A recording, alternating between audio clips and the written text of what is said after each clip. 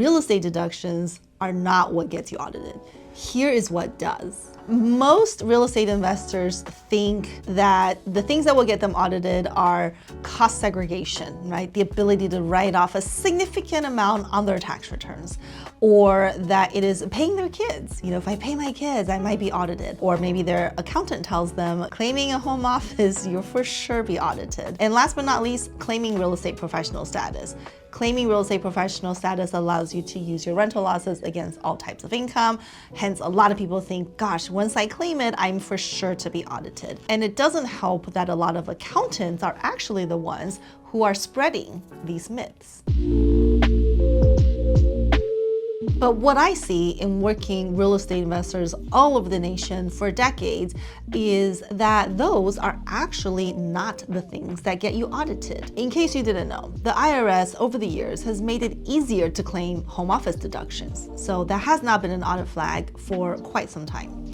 Cost segregation and depreciation, right? Not a huge audit area. Why? Because when you're doing it correctly, you're typically working with cost segregation firms. They are specialists whose job is to specifically follow tax rules to calculate accelerated depreciation. That is something specifically allowed by law.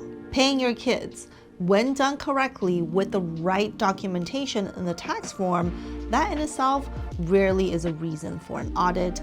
And of course, real estate professional status, if you have the right facts, if you're documenting those things correctly, rental real estate having tax losses on tax returns is very commonplace and generally by itself not a common prompt for a tax return to be selected for audit. But when I talk to most investors who don't claim these tax benefits, their reasoning for doing so is usually because of a fear of audit, right? Whether it's their own fear, what they read, or fear being placed in them by their accountant. So you might have a question. If these aren't really the issues, then what are the things that actually gets somebody audited?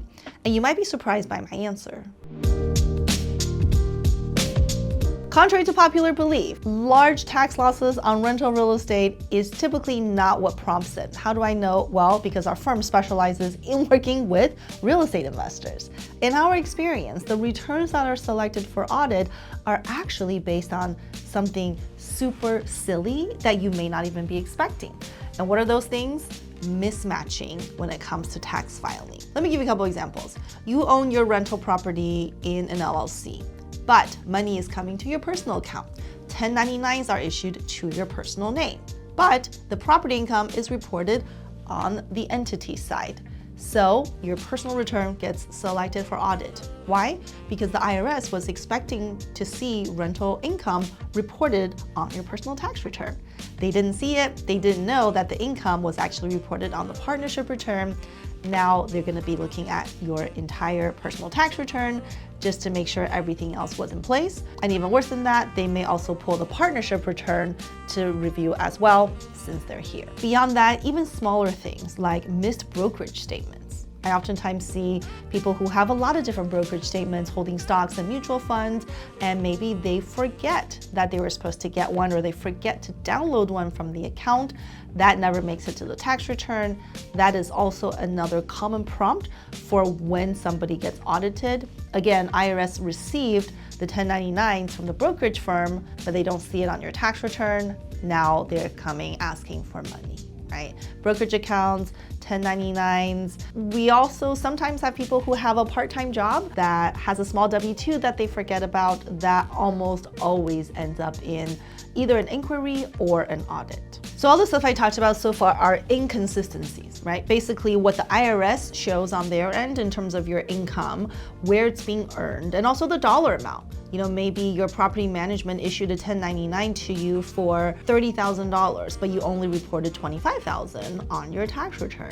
Now the IRS sees a discrepancy that could also prompt an inquiry or an audit. So really simple things like that, making sure the document matches what goes on the tax return goes a long way to help preemptively avoid inquiries that could potentially turn into larger audits.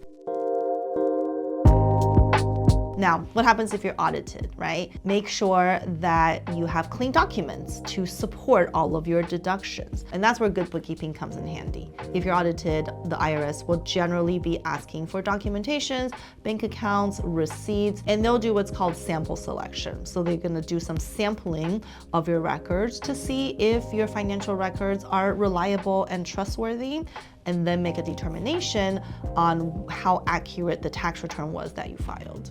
And if you think about it, the whole purpose of tax planning is to make sure you do the right things during the year to substantiate the positions you're taking on the tax return. And also documentation. Having good books helps you to substantiate and prove upon audit that those expenses occurred. So if you have done planning correctly, way before the audit, you should be able to prove all of the positions you're taking. If you're someone who did claim real estate professional status, you should already have your hours documented and ready to show an auditor, right? If you've maximized your write-offs or you've paid your kids, you should have all the documentation already to support that payment, the work being done, and the validity of those transactions. So as an investor, if your goal is to minimize your risk of audit and also make sure you're able to substantiate your positions on audit, here are the couple of things that you want to do, right?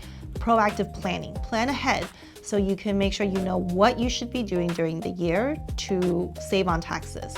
Number 2, documentation. Document your hours with respect to real estate activities because those typically will come up if you're selected for audit. Number 3, good bookkeeping. Having good financial records, keeping backup copies of your receipts will go a long way to proving the business use of a specific expense. Working with a real estate savvy CPA, right? Working with someone who understands how tax returns should be filed with respect to real estate benefits. Cost segregation should never be a DIY type of project. Make sure you hire specialists who do a thorough analysis of your properties to take advantage of accelerated depreciation. And last but not least, make sure all documentations match. If you received a tax form, send it to your accountant. In fact, keep a list of the different brokerage accounts or investments you have so you can make sure you track those down or download them and send it to your accountant at tax time. If you receive a 1099 that's issued in the wrong name, you have the ability to contact the issuer to have them fix those forms so that they're done correctly. So don't avoid taking deductions just because you're fearful of audits. Be proactive. Take the deductions you're legitimately allowed to take, but make sure you have good documentation and be proactive when it comes to planning and audit preparedness. If you found this video helpful, be sure to hit the like button and subscribe for more real estate and tax strategies.